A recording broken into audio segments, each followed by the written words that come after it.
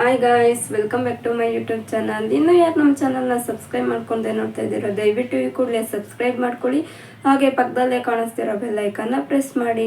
ಹಾಗೆ ಹಾಲ್ ಅನ್ನೋ ಆಪ್ಷನ್ನ ಸೆಲೆಕ್ಟ್ ಮಾಡೋದ್ರಿಂದ ನಾವು ಯಾವುದೇ ವಿಡಿಯೋ ಹಾಕಿದ್ರೂ ನಿಮಗೆ ಫಸ್ಟ್ ನೋಟಿಫಿಕೇಶನ್ ಬರುತ್ತೆ. ಬನ್ನಿ ವಿಡಿಯೋನ ಸ್ಟಾರ್ಟ್ ಮಾಡೋಣ. ಏನಪ್ಪ ಇವತ್ತಿನ ವಿಡಿಯೋ ಅಂತಂದ್ರೆ, ನಾನು ಲಾಸ್ಟ್ ವಿಡಿಯೋದಲ್ಲಿ ಹೇಳಿದ್ದೆ ನಿಮಗೆ ವಾಟರ್ ಲೀಕ್ ಆಗ್ತಾ ಇರೋದ್ರಿಂದ ಸಿ ಸೆಕ್ಷನ್ ಮಾಡಿದ್ರು ಅಂತ ಹೇಳಿದೆ. ಸೊ ವಾಟರ್ ಲೀಕ್ ಆಗಿರೋದ್ರಿಂದ ಮಗುಗೆ ಏನಾದರೂ ಪ್ರಾಬ್ಲಮ್ ಆಗಿತ್ತಾ ಅನ್ನೋದ್ರ ಬಗ್ಗೆ ಇವತ್ತು ವಿಡಿಯೋ ಮಾಡ್ತಾ ಇದ್ದೀನಿ. ಸೊ ಬನ್ನಿ ವಿಡಿಯೋನ ಸ್ಟಾರ್ಟ್ ಮಾಡೋಣ. ನನಗೆ ಅವತ್ತು ಶುಕ್ರವಾರ 27ನೇ ತಾರೀಕು 1:20 ಮಧ್ಯಾಹ್ನ ಡೆಲಿವರಿ ಆಯಿತು. ಮಗುನ ನಮ್ಮ ಕೈಗೆ ಕೊಟ್ಟಿದ್ರು, ಮಗು ಚೆನ್ನಾಗಿದೆ ಅಂತ ಹೇಳ್ಬಿಟ್ಟು. ತಿರ್ಗಾ ಮತ್ತೆ ಅವತ್ತು ಸಾಯಂಕಾಲ 6:30 ಮಗುನ ಇಸ್ಕೊಂಡ್ರು. ಆಗ 6 ಗಂಟೆಯಿಂದ 7 ಗಂಟೆವರೆಗೂ ಮಾತ್ರ ನೋಡೋದಕ್ಕೆ ಬಿಡೋದು. ಹಾಗೆ ಆಗ ಡಾಕ್ಟ್ರು ಬಂದ್ಬಿಟ್ಟು ಹೊಟ್ಟೆನ ಜೋರಾಗಿ ಪ್ರೆಸ್ ಮಾಡಿದ್ರು. ಪ್ರೆಸ್ ಮಾಡಿದಾಗ ನಾನು ಪ್ರೆಸ್ ಮಾಡಿಸ್ಕೊಂಡಿಲ್ಲ, ಅಳ್ತಾ ಇದ್ದೆ. ಮತ್ತೆ ನಮ್ಮ ಹಸ್ಬೆಂಡ್ ಯಾಕೆ ಏನಾಯ್ತು ಅಂತ ಬಂದು ಮಾತಾಡಿಸ್ತಾ ಇದ್ರು. ಆಗ ಬಂದ್ಬಿಟ್ಟು ಡಾಕ್ಟರು ಮಂಜುನಾಥ್ ಸುಮಾ ಅವ್ರ ಹಸ್ಬೆಂಡ್ ಬರಬೇಕು ಅಂತ ಹೇಳಿದ್ರು. ಆಗ ನಮ್ಮ ಹಸ್ಬೆಂಡ್ ಹೋದಾಗ ಮಗುನ ನಾವು ಈ ಥರ ಎತ್ಕೊಂಡೋಗ್ಬಿಟ್ಟು NICU ಇಡ್ತೀವಿ. ಯಾಕಂದರೆ ವಾಟರ್ ಲೀಕ್ ಆಗ್ತಾ ಇರೋದ್ರಿಂದ ಮುಂದೆ ಏನಾದರೂ ಪ್ರಾಬ್ಲಮ್ ಆಗುತ್ತೆ, ಮುಂದೆ ಫ್ಯೂಚರಲ್ಲಿ ದಡಾರ ರುಬೆಲ್ಲಾ ಅನ್ನೋ ಕಾಯಿಲೆ ಬರುತ್ತೆ. ಸೊ ಬರಬಾರ್ದು ಅನ್ನೋದಕ್ಕೋಸ್ಕರ ನಾವು ಮಗುನ ತಗೊಂಡೋಗಿ NICU ಇರ್ತೀವಿ ಅಂತ ಹೇಳಿದಾಗ ನಮ್ಮ ಹಸ್ಬೆಂಡ್ ಕೂಡ ಒಪ್ಕೊಳ್ತಾರೆ. ಮತ್ತೆ ಸೈನ್ ಹಾಕ್ಬೇಕಾಗುತ್ತೆ. ಮಗುದು ಕಾಲ್ದು ಅಚ್ಚೆಲ್ಲ ತಗೊಳ್ತಾರೆ. ಸೊ ತಗೊಂಡು ಬೇಬಿ ಆಫ್ ಸುಮಾ ಅಂತ ಎಲ್ಲ ಬರ್ಕೊಂಡು ಮತ್ತೆ ಕರ್ಕೊಂಡೋಗ್ಬಿಟ್ಟು NICU ಇಡ್ತಾರೆ. ಸೊ ನನಗೆ ಹೇಳ್ತಾರೆ, ಅವಾಗ ನೀವು ಇವತ್ತು ಫೀಡ್ ಏನು ಮಾಡ್ಸೋದು ಬೇಕಾಗಿಲ್ಲ, ಸೊ ನಾವು ನಮ್ಮ ಹತ್ರನೇ ಇಟ್ಕೊಳ್ತೀವಿ ಅಂತ ಹೇಳ್ತಾರೆ. ಸೊ ಆಯಿತು ಅಂತ ಹೇಳಿ ನಾವು ಒಪ್ಕೊಳ್ತೀವಿ. ನೆಕ್ಸ್ಟ್ ಡೇ ಮಾರ್ನಿಂಗು 8 ಗಂಟೆಗೆಲ್ಲ ಕರೀತಾ ಇದ್ದಾರೆ ನನ್ನ ಫೀಡ್ ಮಾಡಿಸಿ ಬನ್ನಿ ಅಂತ ಹೇಳ್ಬಿಟ್ಟು. ನನಗಂತೂ ಎದ್ದೊಳಕ್ಕಾಗ್ತಾ ಇಲ್ಲ, ಫುಲ್ಲು ಪೇಯ್ನ್ ಆಗ್ತಾ ಇದೆ. ಯಪ್ಪ ನೋಡಬೇಕಿತ್ತು ನನ್ನ ಕಷ್ಟ. ತಿರ್ಗಾ ಮತ್ತೆ ಅಂತೂ ಇಂತೂ ಕಷ್ಟಪಟ್ಟು ಹತ್ಕೊಂಡು ಎದ್ದೊಳ್ತಾ ಇದ್ದೆ. ಆಗ ಮಕ್ಕಳ ಡಾಕ್ಟ್ರು ಬಂದರು. ಮಕ್ಕಳ ಡಾಕ್ಟರ್ ಬಂದ್ಬಿಟ್ಟು ನೀವೇನೋ ಸುಮಾ ಅಂದರೆ ಅಂತಂದರು. ಹೌದು ಸರ್ ಅಂತಂದರೆ, ನಿಮ್ಮ ಹಸ್ಬೆಂಡ್ ಇದ್ದರೆ ಕರೀರಿ, ನನ್ನ ಹತ್ರ ಏನೋ ಮಾತಾಡಬೇಕು ಅಂದ್ರಂತೆ ಅಂತ. ಸೊ ಕಾಲ್ ಮಾಡಿದೆ, ಅವ್ರು ಹೊರಗಡೆ ಹೋಗಿದ್ದೀನಿ ಅಂತ ಹೇಳ್ತಾರೆ. ಸೊ ಇದಕ್ಕೊಂದು ಸೈನ್ ಹಾಕ್ಬೇಕಾಗುತ್ತೆ, ಹಾಕಮ್ಮ ಅಂತ ಹೇಳ್ತಾರೆ. ಯಾರಾದರೂ ಹಾಕ್ಬೋದು, ಹಾಕಿ ಅಂತ. ಇಲ್ಲ ಸರ್, ನಮ್ಮ ಹಸ್ಬೆಂಡ್ ಬಂದಮೇಲೆ ಹಾಕ್ತಾರೆ ಅಂತ ಹೇಳ್ತೀನಿ. ಸೊ ಇಲ್ಲ, ಯಾರಾದರೂ ಹಾಕ್ಬೋದು, ನಿಮ್ಮ ಹಸ್ಬೆಂಡ್ ಬಂದಮೇಲೆ ನಾನು ಮಾತಾಡ್ತೀನಿ, ಹಾಕಿ ಅಂತ ಹೇಳ್ಬಿಟ್ಟು ಕೇಳ್ತಾರೆ. ಯಾಕಮ್ಮ ಅಳ್ತಾ ಇರೋದು ಅಂತ ಕೂಡ ಕೇಳ್ತಾರೆ. ಸೊ ನಾನು ಹೇಳ್ತೀನಿ, ಸರ್ ಪೇಯ್ನ್ ಆಗ್ತಿದೆ ಅಂತ ಹೇಳ್ಬಿಟ್ಟು. ಏನಾಗಲ್ಲಮ್ಮ, ಒಂದು ಸ್ವಲ್ಪ ಹೊತ್ತು ಮಕ್ಕಳಿಗೋಸ್ಕರ ಇಷ್ಟೆಲ್ಲ ಪೇಯ್ನ ತಡ್ಕೊಳ್ಳೋದಕ್ಕಾಗಲ್ವಾ ಅಂತ ಹೇಳ್ತಾರೆ. ಏನೂ ಆಗಲ್ಲ, ನಿಮ್ಮ ಮಗು ಅಲ್ಲಿ ಆರಾಮಾಗಿದೆ, ಸೇಫ್ ಆಗಿದೆ, ನೀವೇನು ಯೋಚನೆ ಮಾಡಬೇಡಿ, ನೀವು ಚೆನ್ನಾಗಿರಿ ಅಂತ ಹೇಳ್ತಾರೆ. ಸರಿ ಆಯಿತು ಸರ್ ಅಂತ ಹೇಳ್ತೀನಿ. ನಾನು ಡಾಕ್ಟರ್ ಜೊತೆನೆ NICU ಕೂಡ ಹೋಗ್ತೀನಿ. NICU ಹೋಗಿದ್ದಾದ್ಮೇಲೆ 40 ಮಿನಿಟ್ಸ್ ಫೀಡ್ ಮಾಡಿಸ್ಲೇಬೇಕು, 40 ನಿಮಿಷ ಫೀಡ್ ಮಾಡಿಸ್ಲೇಬೇಕು. ಕಡೆ 20 ಮಿನಿಟ್ಸು, ಎಡಗಡೆ 20 ಮಿನಿಟ್ಸ್ ಮಾಡಿಸಿ ಮತ್ತೆ ಚೆನ್ನಾಗಿ ತೆಗ್ಸಿ ಮಗುನ ಮಲಗಿಸಿ ಅವ್ರ ಕೈಗೆ ಕೊಟ್ಟು ಬರಬೇಕು. ಸೊ ಏನು ಅಂದರೆ, ನಾವು ಚೇರ್ ಮೇಲೆ ಕೂತ್ಕೊಂಡು ಫೀಡ್ ಮಾಡಿಸ್ಬೇಕಾಗುತ್ತೆ. ಸೊ ಚೇರ್ ಮೇಲೆ ಕೂತ್ಕೊಂಡು ಫೀಡ್ ಮಾಡಿಸ್ಬೇಕಾಗಿರ್ತೈತಲ್ವ, ನಮ್ಮ ಬಾಡಿ ವೆಯ್ಟ್ ಫುಲ್ಲು ಕಾಲ ಮೇಲೆ ಬೀಳೋದ್ರಿಂದ ಸೊ ಊದ್ಕೊಂಡಿತ್ತು. ಒಂದೊಂದು ಕಾಲು ಇಷ್ಟಿಷ್ಟು ಊದ್ಕೊಂಡಿತ್ತು, ಇಷ್ಟು ದಪ್ಪ ಊದ್ಕೊಂಡಿತ್ತು ಒಂದೊಂದು ಕಾಲು. ಸೊ ನಾನು ಡಾಕ್ಟರ್ಗೆ ಹೇಳಿದಾಗ ಡಾಕ್ಟರು ಮತ್ತೆ ಟೆಸ್ಟ್ ಎಲ್ಲ ಮಾಡ್ತಾರೆ. BP ಎಲ್ಲ ನಾರ್ಮಲ್ ಇದೆ ಅಂತ ಬರುತ್ತೆ. ಸೊ ನಾನು ಹೇಳಿದೆ, ಇಲ್ಲ ಈ ಥರ ವೆಯ್ಟ್ ಎಲ್ಲ ಕಾಲ್ ಮೇಲೆ ಬಿಟ್ಟು ಕುತ್ಕೊಳ್ತಾ ಇರೋದ್ರಿಂದ ಈಗ ಆಗಿರ್ಬೇಕು ಅಂತ ಹೇಳಿದೆ. ಹೌದು ಅಂತ ಹೇಳಿದ್ರು.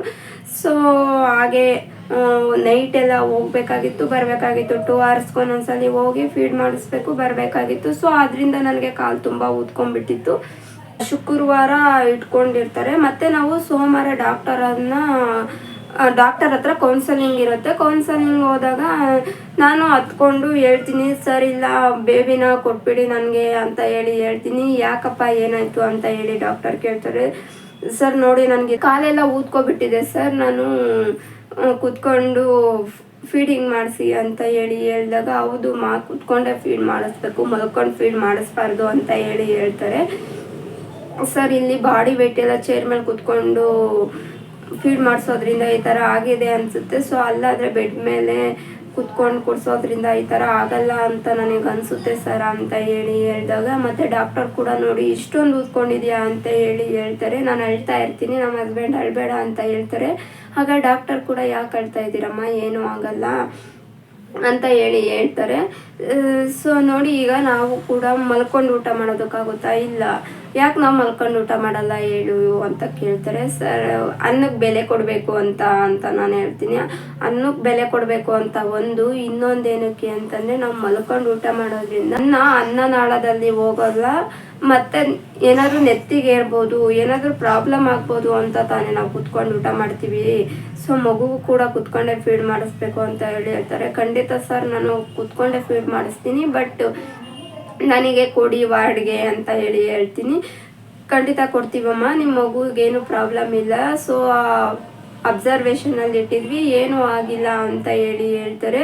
ಆಗಲೇ ಆ ಮಗು ಅಷ್ಟೇ ICU ಇಟ್ಟಿದ್ದಾರೆ ಅಂದರೆ ಅಂತ ಹೇಳ್ಬಿಟ್ಟು ಜನಗಳೆಲ್ಲ ರೂಮರ್ಸ್ ಹಬ್ಸೋದಕ್ಕೆ ಸ್ಟಾರ್ಟ್ ಮಾಡಿರ್ತಾರೆ. ಸೊ ನಾನು ಅದ್ರ ಬಗ್ಗೆ ತಲೆನೇ ಕೆಡಿಸ್ಕೋಬಾರ್ದು ಅಂದ್ಕೊಂಡ್ರು ಒಂದು ಸ್ವಲ್ಪ ಬೇಜಾರಾಗುತ್ತೆ.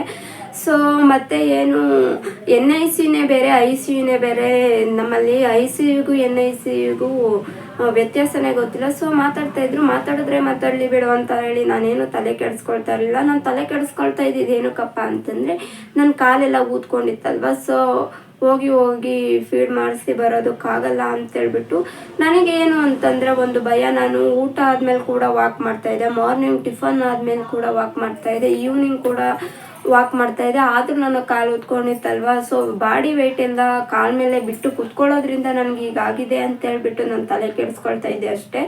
ಅದು ಬಿಟ್ಟರೆ ಯಾವುದೇ ಜನಗಳ ಮಾತಿಗೂ ನಾನು ತಲೆ ಕೆಡಿಸ್ಕೊಳ್ತಾ ಇರಲಿಲ್ಲ. ಅವತ್ತು ಡಾಕ್ಟರ್ ಹೇಳ್ತಾರೆ, ಏನು ಪ್ರಾಬ್ಲಮ್ ಇಲ್ಲ, ನಿಮ್ಮ ಮಗುನ ನಿಮಗೆ ಇವತ್ತು ಕೊಡ್ತೀವಿ ಅಂತ ಹೇಳ್ತಾರೆ. 4 ಗಂಟೆಗೆ ಕೊಡ್ತೀವಿ, ನಿಮ್ಮ ಪಾಪನ ಕೊಡ್ತೀವಿ, ಮತ್ತು ಶ್ವೇತಾ ಪಾಪನ ಕೊಡೋದಕ್ಕಾಗಲ್ಲ, ಅದಕ್ಕೆ ಸ್ವಲ್ಪ ಜಾಂಡೀಸ್ ಇದೆ ಅಂತ ಹೇಳ್ತಾರೆ. ಸೊ ಸರಿ ಆಯಿತು ಅಂತ ಹೇಳ್ಬಿಟ್ಟು ನಾವು ಕೌನ್ಸಿಲಿಂಗ್ ಮುಗಿಸ್ಕೊಂಡು ಸಿಗ್ನೇಚರ್ ಎಲ್ಲ ಮಾಡಿಬಿಟ್ಟು ಬರ್ತೀವಿ. 4 ಗಂಟೆಗೆ ಕೊಡ್ತೀನಿ ಅಂತ ಹೇಳಿರ್ತಾರೆ, ಅವತ್ತು 3 ಗಂಟೆಗೆ ಕೊಡ್ತಾರೆ. ಮಗುನೋಗಿ ಇಸ್ಕೊಂಡು ಬರ್ತೀವಿ. ಮಗು ಚೆನ್ನಾಗಿತ್ತು. ಸೊ ನಮಗೆ ನಮ್ಮ ಹತ್ರ ಇದ್ರೆ ಏನೋ ಒಂಥರ ಖುಷಿ ಅಲ್ವಾ. ಸೊ ಅದಕ್ಕೆ ನಾನು ಅಲ್ಲಿ ಕುತ್ಕೊಂಡು ಫೀಡ್ ಮಾಡ್ಸೋಕ್ಕಾಗಲ್ಲ, ಮತ್ತು ಮಗು ನನ್ನ ಜೊತೆ ಇಲ್ಲ ಅನ್ನೋದು ನನಗೆ ಬೇಜಾರಾಗಿತ್ತು.